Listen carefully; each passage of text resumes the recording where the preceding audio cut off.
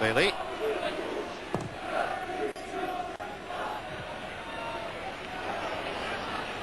Ricky Wade to pick it up for Linfield.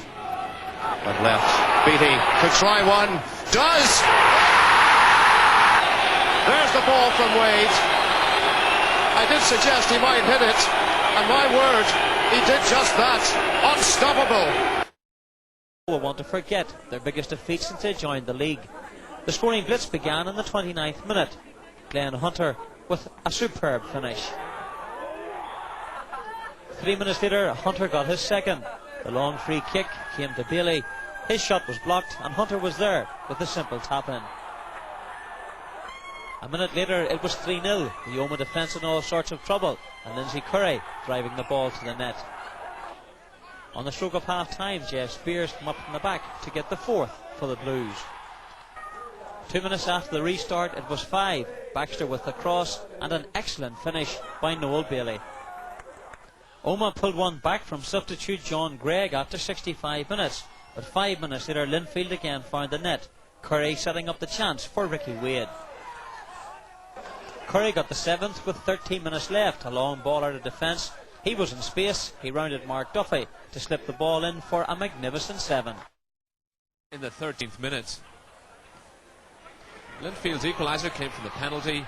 Tommy Lehman made a great save on the line. Unfortunately for Ards, he was their full-back, and Stephen Beattie stepped up to score.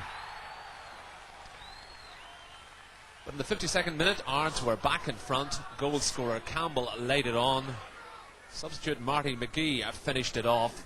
That's his first league goal since November. Linfield drew level with 9 minutes to go. Beattie the provider, Curry with the touch, and Ricky Wade the scorer. But the Blues have now dropped to 3rd place in the league. Cross, Patterson palming the ball out, only for Beattie to knee it across the line. Portadown had a couple of chances to extend the damage, the first from Fraser, and then Surgeon found himself in the clear, but he blasted wide. Linfield came back into the game with a sweet goal. Beattie picking up from Spears. He in turn found Ricky Wade, who beat half the Portadown team before slipping the ball home. Portadown nearly replied immediately. Fraser's effort acrobatically cleared by Easton. The move of the match was started and finished by Wade, and it involved a 1-2 with Baxter, but Keenan was equal to it. In the 76th minute, Linfield went ahead. The combination reversed. Wade's cross, Baxter with the finish. And the big number 10 got his second of the night on the final whistle, this time neatly flicking in Curry's corner. 3-1 to the Blues, but they'll have to wait to see who they'll meet in the final. The Larne Cliftonville game, scheduled for tonight, has been postponed for a week because of an unplayable pitch.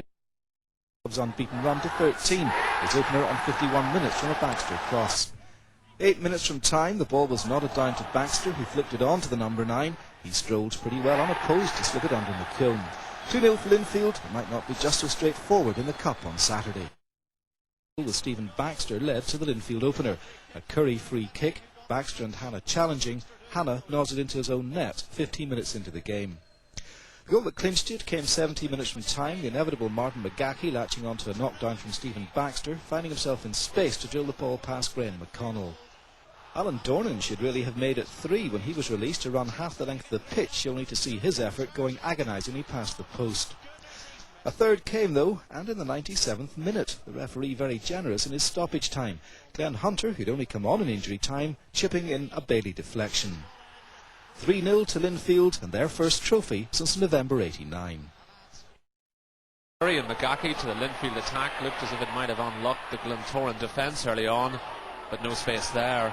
It was very much like old times at Windsor, with a large crowd turning out to see the big two very much back in business.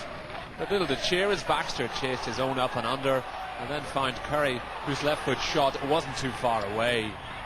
But the best chance of the half was created by the champions, and spectacular it was, as McBride sent over the cross, and Campbell's diving header was just too high.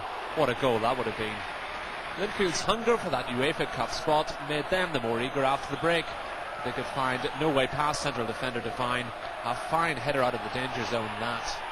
The Blues' best chance came in the hour. Dornan did well to get to the byline. Neil's header out fell only to Curry, and the deflection took it wrong side of the post. Then it was Curry again, putting on the pressure, but the cross well cut out by Patterson. At the other end, Campbell took the most direct route for goal before unloading a real rocket, which Patterson did well to save. And then the 19-year-old was there to prevent any danger from Douglas. Linfield, meanwhile, continued to the end to search for the winner, but this route to Europe has been well and truly blocked. 0-0 it remained. Now everything hinges on that Irish Cup final on the 2nd of May. Bailey, Beattie. Curry, he could be in here, and he is. So on a dry but very blustery Saturday afternoon, the 1992 Irish Cup final is underway. And straight away McCoy in full flight, but held up by Jeff Spears.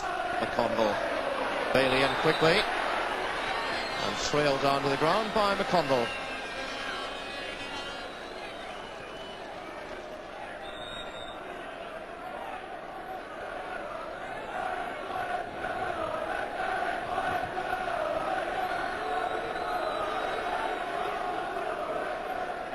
"13 minutes gone then as Beattie takes this free kick.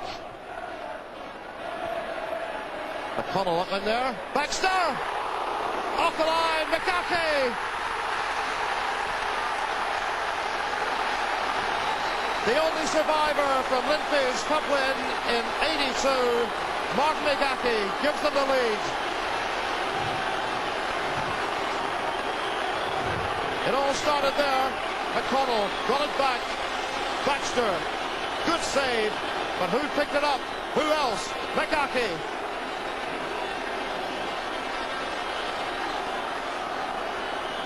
At the start, any team would want at a cup final. The early goal. There's the aerial power of Baxter, and there's the finish of that man McGahey. I think the referee is holding play up here. He want the supporters put behind the fencing onto the terraces.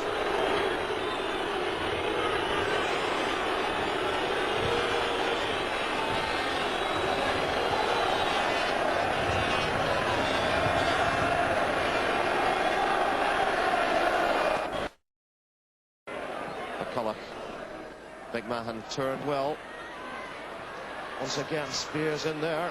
Here's Ferris. It's 1-8. And out of nothing, Jeff Ferris has made it all square.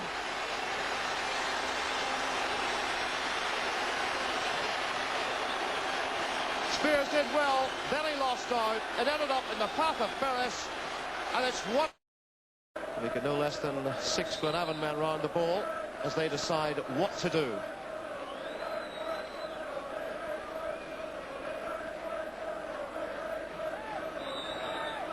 McConville is over it. McMahon is there.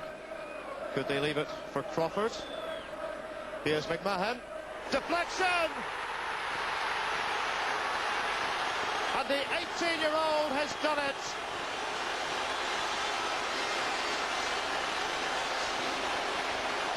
The young man who's on his way to Spurs next season, a wicked deflection off the wall, and the keeper Lindsay Curry. Baxter tries to get there. Jordan! What a goal!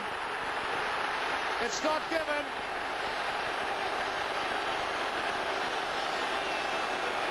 And the crowd at the other end had gone wild, the Linfield fans. The ball coming in here. Baxter couldn't get there. And when it goes through, well, it did appear to strike the left hand of Alan Dornan. Here we see it from another angle. There's the left hand, and the referee spotted it. They're ready to cheer.